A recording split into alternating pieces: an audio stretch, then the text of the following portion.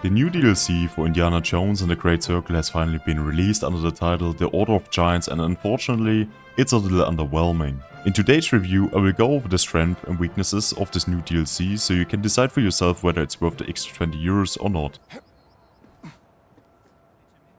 Ritchies Palazzo liegt gleich am anderen Ufer. The DLC, The Order of Giants for Indiana Jones and the Great Circle, expands the main game story with an exciting adventure that ties directly to the events of 1937. Indiana Jones returns to Rome, where he is drawn into the spell of an ancient myth, the legend of the Nephilim, a tribe of giants being whose legacy lies hidden deep beneath the Eternal City.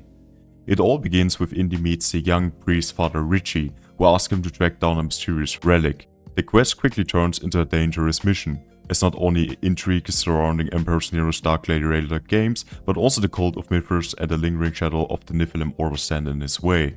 The journey takes place through Rome's atmospheric locations, marked equally by ancient grandeur, claustrophobic menace, underground catacombs filled with traps, the ominous channels of the Cloaca Maxima, the mysterious ruins of the Colosseum, and the splendid gardens of the Vatican serve as the backdrop for Indy's research. Even a brief sequence on the Tiber provides a refreshing change of pace from the oppressive tunnels below the city. These locations feel like a miniature time travel, where history, mythology, and adventure merge seamlessly. Alongside Indy himself, both new and familiar characters step into the spotlight. Father Ritchie accompanies him as a mysterious ally whose knowledge could prove invaluable. The cult of Mithras appears in bloody red robes as a fanatical opposition, while the echoes of Nero's games brings the city dark past back to life. Familiar figures from the main game such as Father Ventura or Mussolini also return and firmly anchor the expansion within the larger narrative. From a gameplay perspective, the DLC remains true to the established mix of exploration, puzzles and combat, but broadens the variety of situations players encounter.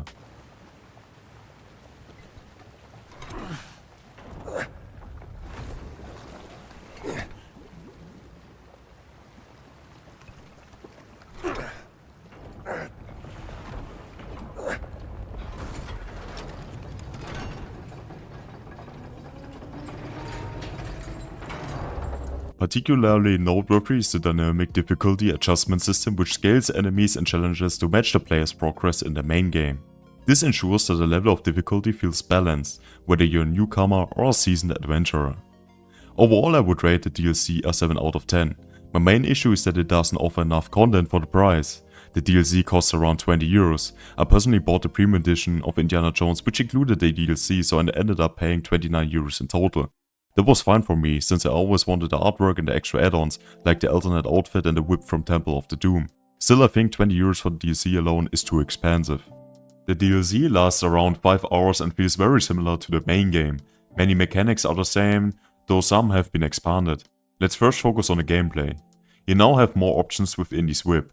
While in the main game you just swing from one point to another point, the DLC introduces more complex paths. You often need to stop at intermediate points, look around, then continue swinging. This makes the gameplay more flexible. What I enjoyed most, however, were the riddles. They were more challenging than in the base game, but not too difficult, just right to capture the classic Indiana Jones feeling. In terms of combat, you fight cultists and later final boss, which I won't spoil here. The boss fight was mechanically interesting and fun, but in my opinion it was too short and came too early.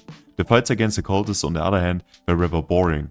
You move through the base, mostly in the sewers and underground tunnels of Rome. Unfortunately, the cultists never felt particularly threatening and posed little danger. Compared to cultists in games like Assassin's Creed, they lacked significance and menace. Experienced players have an easier time, since previously collected outfits allow you to bypass encounters with Nazis or fascists by disguising yourself. Against the cultists, however, you must fight them. If you choose to play the DLC fully in stealth mode, you can extend the playtime by about half an hour because of that. As for weapons, there isn't much new. Aside from the whip, you use tools like shovels or axes to fight enemies. It worked well enough, but it wasn't innovative. Kein gutes Zeichen. As for the story, it mainly revolves around the cultists and a priest from the Vatican, where the adventure begins. The story twists are highly predictable and not very exciting overall. The final boss fight was fun, but the character itself didn't feel like a true menacing antagonist. I would have liked more depth here. The DLC is set in Rome. You start in the servers and eventually reach the city. Unfortunately, you don't get to see much of Rome itself, since most of the story takes place in dark tunnels and chambers. I wouldn't normally mind dungeon-like settings in an Indiana Jones game, but it would have been far more engaging to explore more of the actual city. The riddles, which were mostly located in the dungeons, were excellent though, and for me they are the clear highlight of the DLC.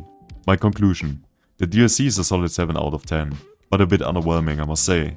I expected more. The riddle stood out as a strong point, while the story was predictable and the length of 4 to 5 hours is simply too short for a $20 DLC.